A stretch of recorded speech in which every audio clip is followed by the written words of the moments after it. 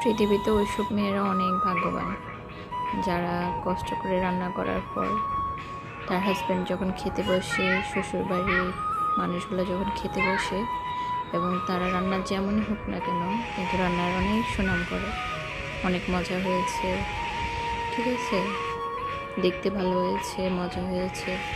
কিন্তু কিছু কিছু মেয়েদের শ্বশুরবাড়ির মানুষ আর হাজব্যান্ড ওরা মজা করে রান্না করলেও তারপরও বলে ওরা যে মজা হয় নাই, কী রান্না করছো, এটা খেতে কেমন হয়েছে, এরকম কে কেউ রান্না করে?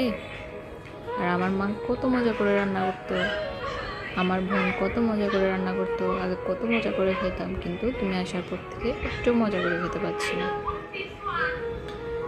ঠিক আছে? এটা কিন্তু ঠিক না। প্রত্যেকটা মেয়ে চাই সে তার রান্নাটা অনেক মজা করে করার জন্য।